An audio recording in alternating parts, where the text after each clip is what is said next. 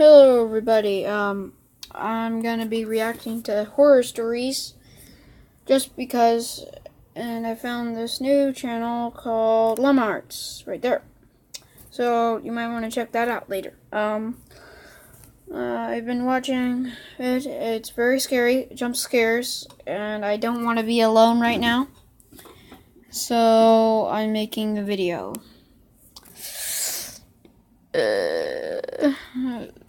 This is what happens to me whenever I'm scared. I turn on the camera. I don't know if I'm going to upload this because this is probably like the 13th time I've done this. So, yeah. If you're getting this exclusive, I'm probably going to add it. So, yeah. And after managing to get back on my feet, I gotta tell you what happened. There.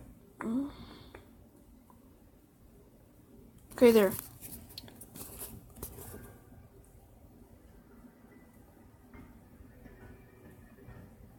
It was during a blizzard in Valley Stream.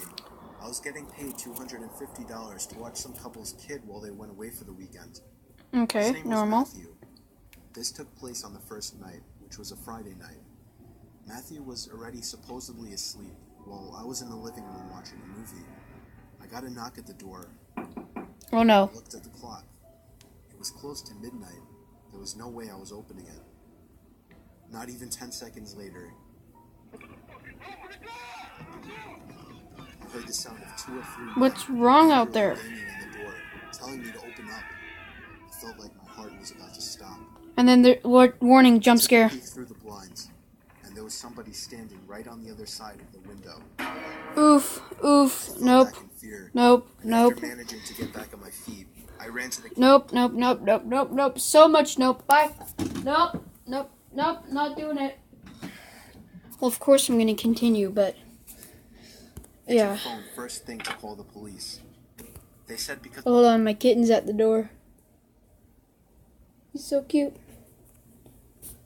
of the weather, it could take a while for an officer to get here. I was told to take the child and hide somewhere until an officer arrived. That's They wanted not to keep me suspicious on the at line, all. but I wasn't thinking clearly in the heat of the moment and hung up. However, it wasn't until I ran through the living room that I realized the banging had stopped. I took a second peek through the living room window. Nobody was there now. Oh no. Oh no. I heard the sound of glass shattering from a few rooms over. My knees started to feel weak as I realized they had just broken the window. Oh and no. were about to climb into the house. I had to run and get Matthew. I couldn't just leave without him. Of course, when I got upstairs, there was no time left to run back downstairs, as I already heard footsteps and laughter coming from downstairs. Oh I no. covered Matthew's mouth with my hand as I ran with him into his toy Oh closet. no. A few minutes dragged on to what felt like half an hour as we sat there in the dark closet. Matthew began to squeal as footsteps on the carpet reached the outside of his bedroom door. There Spoopy. was more than one person. They came inside. Oh no. There weren't many places to hide in this room. I was actually reflecting on my whole life, so sure I was gonna die. We heard the sound of a police siren outside, even from in the closet, and then I heard one of the men in the room mutter, "Aw, shit." I opened Watch the door out. back up as I heard at least 3 pairs In the comments, I'm gonna be warning you about stuff, so of footsteps if you already saw the comment section, good for you. hurriedly rushing down the stairs. They didn't get far, as the police later found their footprints in the backyard, leading to our shed. There were 5 men in total, and they were all arrested. Oh, thank goodness. Whoa. Definition of a battlefield. Oh no, ads. What's wrong with ads nowadays? Okay, this is another one. As you can see, there's a very... When I was 15 years old. My best friend Anthony wanted me to come over for the night, since his parents would be gone all weekend. I rode my bike over and put it in his backyard before letting myself in through his back door. We played basically every video game he had, from FIFA all the way to Call of Duty, with popcorn and other junk food spilled out all over the floor. I'm pretty sure toothpaste isn't junk food. Look, there's toothpaste down there. It's weird. As the night progressed, we moved from video games to watching half a movie and getting bored to doing prank calls at close to 10 o'clock. Anthony made a few calls to different pizza places. When it was my turn, I just dialed a few random numbers in hopes to get someone at their house. On, say, my fourth attempt, I finally reached somebody. A guy with a deep and rough voice picked up, answering with a yeah instead of a hello. Anthony's laughing in the background made me stumble with my words mid-sentence, ultimately cracking up into laughter. Okay. I had never done a prank call, so I sucked at it. The guy on the other end was silent. I regained a straight face and tried to continue with the call. It went something like this. Sir, would it be alright if I borrowed one of the wheels from your car? What's your name, kid? My name is Bob. Really? You sure it's not Anthony? Oh no. It hit me like a brick. Stalker alert. Stalker alert. Shut all your blinds and all the doors. Bring a friend. I looked up at Anthony, whose face was noticeably full of fear. I hung up the phone, not wanting to be on the line with whoever that was for another second. Anthony, who the hell was that? I asked him. I don't know, he told me. Does your caller ID info display your name or something? No, it shows my dad's name. We hopped on the very computer and spoopy. did some research, trying to figure out how it was possible to get someone's name through their phone number. It didn't make sense how he could get Anthony's name so quickly. He was way too young at the time to be on any of those personal information sharing websites.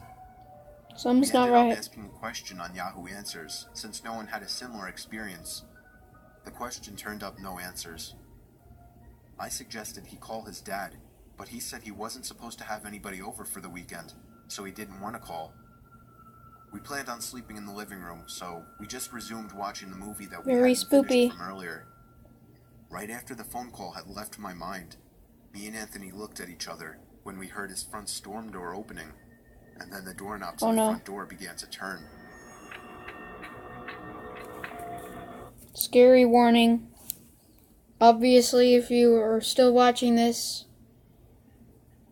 if you don't like horror, then leave. Except watch my other videos, or watch some Liama Arts videos. Yay. It only was able to turn about halfway before the lock restricted it. Anthony turned off the TV, and I went over to the window to see who it was. I spread the blinds open. There was a tall guy standing outside. He noticed the blinds moving and turned to look at me. Oh, hello there. I practically threw the blinds back into place. Me and Anthony hid in the kitchen, listening for any more noises. We heard the sound of the gate to the backyard opening, as it was right outside the kitchen window. God damn it, I said. I forgot to shut the back door. Anthony urged me to run and shut it. I made it to the hallway leading to his back door and froze. There was a silhouette standing outside the back door. I don't think he noticed me, but he was surely looking into the house. He opened the door and stepped inside. Oh no. I tiptoed to the kitchen and motioned for Anthony to follow me upstairs. We made it to his room as quietly as possible, pulling the door shut to avoid making any noise. We crawled under his bed. He had cloth covering the bottom of his bed, so you couldn't see anything under it unless you actually moved the cloth. Oh no. The doors downstairs all opened, each one getting closer to the stairs. Thumps finally began up the stairs, and he was right outside the door now. The door to the room opened. I could hear Anthony's breathing. It was too loud. Footsteps moved over to the closet, Oh and no. the closet opened. I could hear the coat hangers being slid around as the fabric of the jackets and coats rubbed against each other. Footsteps moved over to the bed and stopped. I felt like my heart was about to explode out of my chest. Oh no. Anthony's breathing was too loud. I had to cover his mouth with my hand. Nothing but silence in the room now. We laid still for so long. There's probably going to be a jump scare, so.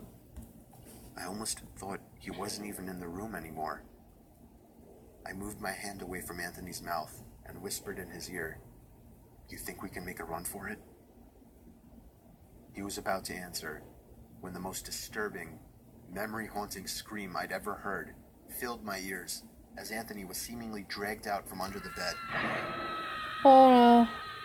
I crawled out and saw him struggling with the man. I desperately looked around for anything to use as a weapon. I settled with the screwdriver sitting on his nightstand. Why I would there hurried be... over to the man and drove the screwdriver into his back. He let go of Anthony as he let out a scream of agony, giving us time to get the hell out of the house. Running onto the road would give away our position too easily. It would take too long to make it to his neighbor's house. We dove for the tree line in the woods and took cover behind a bush, watching the house. The back door opened as the man stepped outside, looking around the backyard. He then looked out to the woods. Look, hold on. Did you see how little that backyard was? It's so tiny and there's no fence or anything? That's weird. I felt his eyes pass me as he scanned through the tree line. It seemed that it was too dark for him to see us. Then, he turned his head back in our direction. I ducked behind the bush. Joe, he's coming. What? Dude, get up, we gotta run. He was right. The man was approaching us fast. How could he have seen us? We ran through the woods with the leaves crunching under us, giving away our position. When Anthony tripped over something, I crouched down with him, hoping we had run far enough. Not even 20 seconds later, oncoming footsteps from the direction we were running from came fast. Call the police. Why haven't they called the police yet?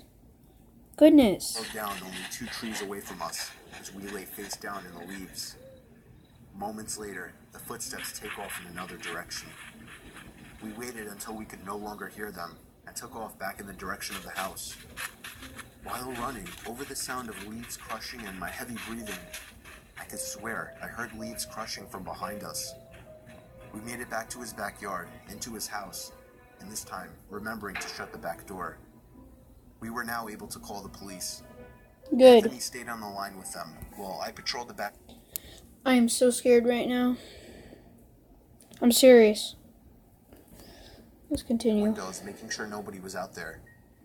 It was so dark, though, I couldn't see anything. So I did something that seems stupid today. I turned on his backyard lights, and immediately in the distance, over by the woods, I saw him, standing in front of a big tree. He turned off back into the woods and disappeared out of sight. That was the last time me or Anthony ever saw him. I would be lying if I told you we heard the occasional knocks at our windows or something cliche. No, that was it. 5 years have passed and nothing has happened. Do I wonder if it was somehow linked to the prank call? Maybe. Does it make sense? Not really. But yeah, this was the story of how me and my still best friend Anthony... Okay, that's kind of weird. It cut out for a little bit. So yeah, hope you enjoyed this video. I know I was kind of estranged by this. I didn't like it. So yeah. Bye.